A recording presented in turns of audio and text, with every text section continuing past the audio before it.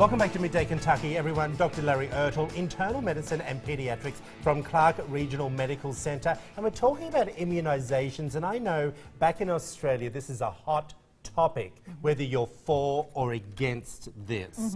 Okay, welcome to the show, my friend. Thank you. This is something that I really wanted to bring to the table. Let's begin with, how do vaccines work, and do they work against viruses and bacteria? I think that's a question that all mothers want to know. Simply put, what vaccination does is prime your body against future diseases. What we do is we give you a version of the pathogen with the injection, and then your body forms antibodies to it, so the next time that you see it, you're immune to it.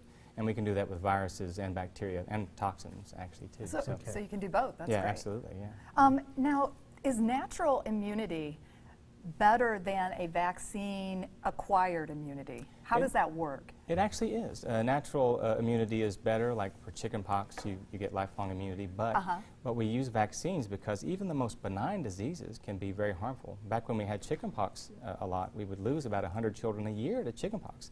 They would die. So, and some things you don't form immunity to forever, like tetanus. You can get it again and again, and it has a very high mortality rate. Okay, well, can babies' bodies actually handle so many vaccines? And I think that's a conversation that a lot of parents have.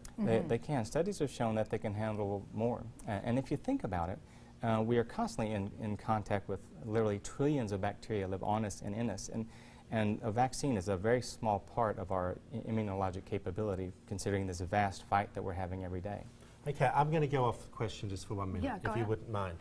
What happens, okay, if a parent is against it, having it, and because they feel that their baby isn't right for it? What are the side effects? Now, I know there are issues when it comes to, you know, chickenpox and things like that, but have you ever, in your practice, been known to have children that are allergic to these vaccines? Occasionally you'll get one that seems to be allergic, but that's really rare. I mean, I remember just like 2 or 3, and I've only had a couple of severe reactions, and that wasn't even in the babies. I had a couple of adults that had severe reactions. That's been over 20 years of giving literally thousands of shots. Well, then it just leaves me to wonder, and someone, you know, I'm not a parent, and you could probably back me up on this, what's the issue? I think a lot of times people get misinformation from the internet, and some of these things just don't die. They're out there in the wild, and you can't extinguish the information that's out there, and people look at it and they get the wrong idea. And I encourage people, I tell them, go to peer-reviewed sites. Don't get these kind of random... Go to what sites? Peer-reviewed sites like the AAP and some of the other information sites that really have scientists and peer-reviewed data, because sometimes people present stuff that's really incorrect. Okay, we're going to put that up on our website, everyone, those website addresses as well, and we'll put it on a lower third as well. Well, and I think one of the biggest fears of parents that are kind of withholding from having the vaccines right now is the thought that it could cause autism. What are your thoughts on that? What is the evidence there? The evidence shows that they don't cause autism at all. Autism is an incredibly complex disease, mostly genetic and some environmental factors.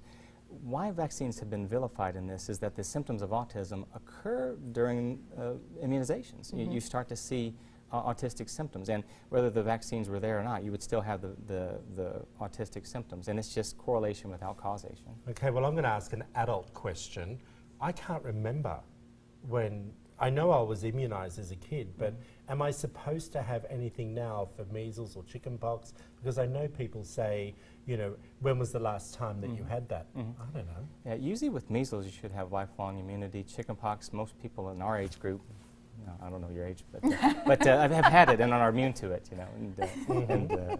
And usually flu shots every year. And you mean your age group, 20? Yeah, 20. Yeah, that's 20-year-olds. Yeah, flu shots every year and tetanus shot every 10 years mostly, unless you have other risk factors. There are other things that your doctor may say, well, you may need this or that or the other. Okay, well, I think that's really good information. We appreciate you. If you want to find out more information about Clark Regional Medical Centre, there it all is up on the screen as well. Dr. Ertel, we appreciate you. Always good information. Stay tuned, everyone. Up next, we'll take a look